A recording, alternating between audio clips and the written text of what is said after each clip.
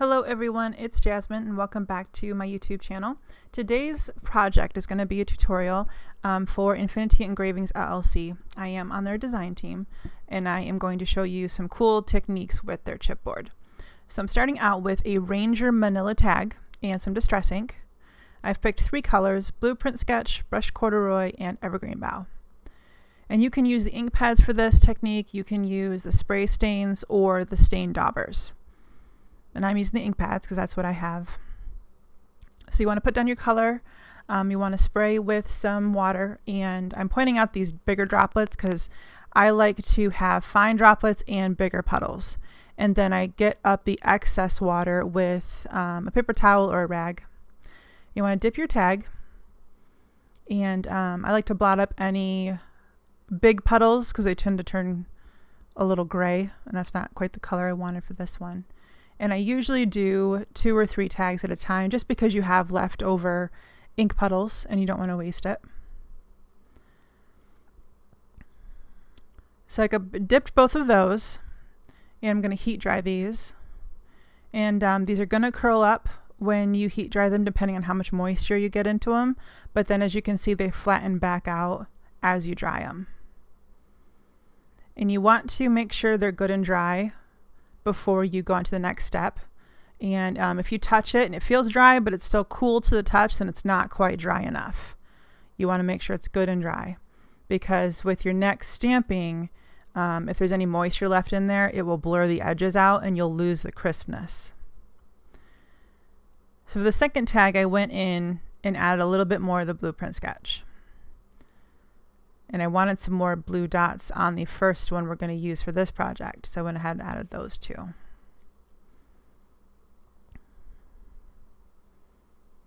So I went ahead and heat dried those, and I wanted the more kind of blotchy look on this one.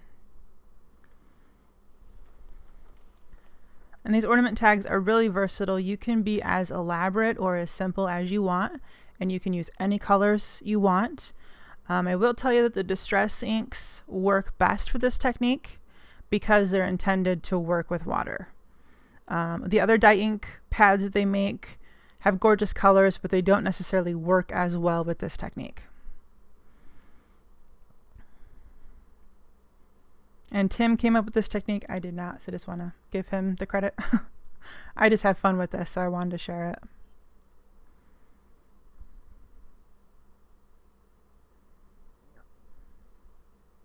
So I'm going in with this Artistic Outpost cabin image.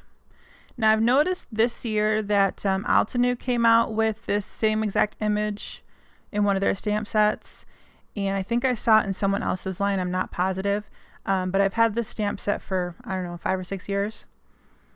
This is one of my favorite cabin images, and Artistic Outpost was the original owner of the design, I guess. So I'm using my Misty, and I put a little bit of tape runner on the bottom edges to hold it down. And I've got just a little piece of plastic, a leftover from something, and I want to see how straight I have my stamp. So I just put a little bit of ink on it and stamp it so that I can see how straight it is on the tag. And then I remove it, and that way I can reposition if I need to, but this was actually perfectly straight, oddly enough. So I inked that up with Memento Tuxedo Black.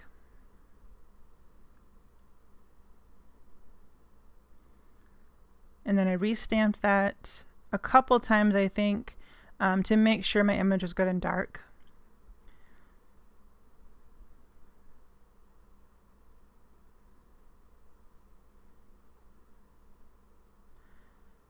And then I replaced the foam mat in there, and I went in with the sentiment from Penny Black Rejoice with Joy set.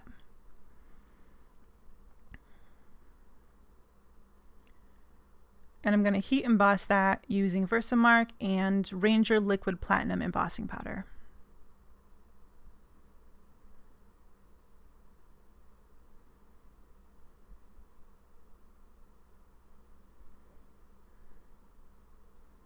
You can kind of see it there.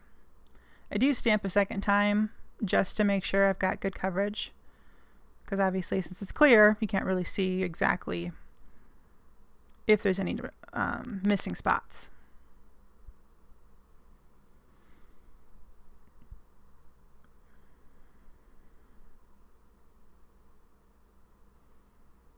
Another reason you want to make sure this is dry before you stamp on it is that if you've got wet patches in the middle of your sentiment, your embossing powder will stick to it, and then it can kind of ruin your sentiment and end up ruining your whole piece.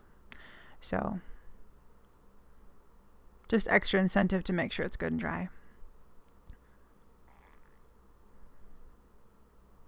And you can always test the tag before you stamp on it. Just put some powder on it and see if anything sticks, and if it sticks, you just dry that spot a little more.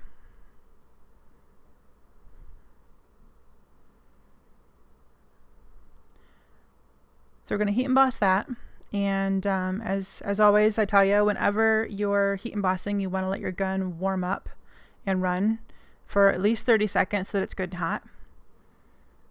And that way you're applying more heat for less time, and you're less likely to warp your project that way.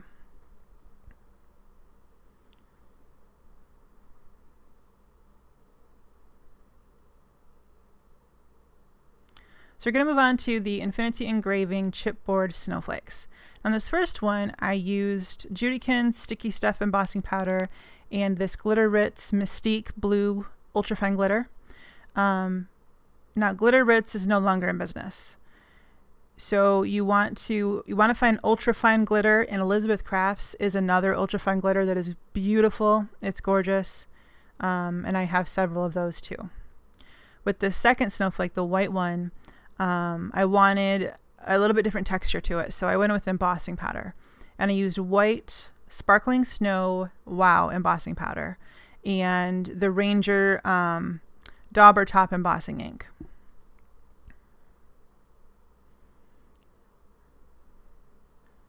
And I put, I think, 3 layers of embossing powder on the snowflake.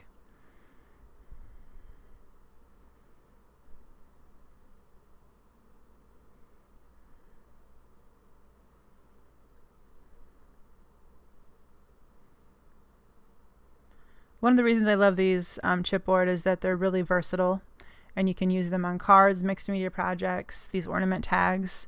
You can use them as gift decorations when you wrap a gift, and you can do just about anything to them to decorate them. Paint, heat embossing, the glitter like I showed you with the embossing, with the sticky stuff embossing powder. You could use foil on them. Really easy, really fun to use. And they also smell like a campfire when you pull them out of the package, which is, I think, extra cool because I love campfires. Or wood fires in general, but anyway.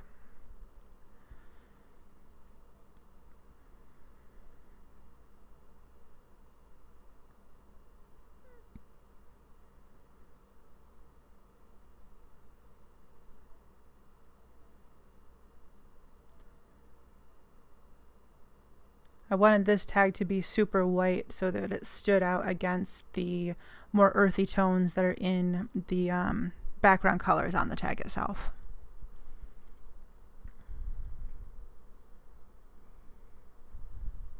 And I love this embossing powder because it's so sparkly. The glitter really shows up, and the white is nice and opaque.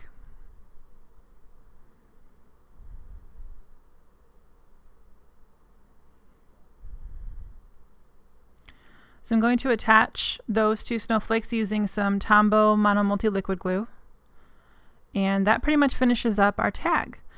So you can make these, like I said, as elaborate or as simple as you want to. You can use different colors. I've made them for my nieces and nephews as young as 2 and 3, and I still see them on the tree now that they're 5 and 6, and they still play with them and they still love them. So it's something kind of an heirloom type thing that they last for a long time as long as you take care of them, and they're a lot of fun. And you can make them all different, or you can make them all the same.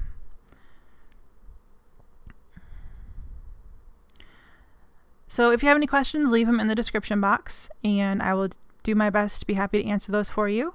Don't forget to like and subscribe so you stay tuned and keep up with everything I put out. And we will see you next time, guys. Merry Christmas. Have a great holiday. Talk to you later. Bye-bye.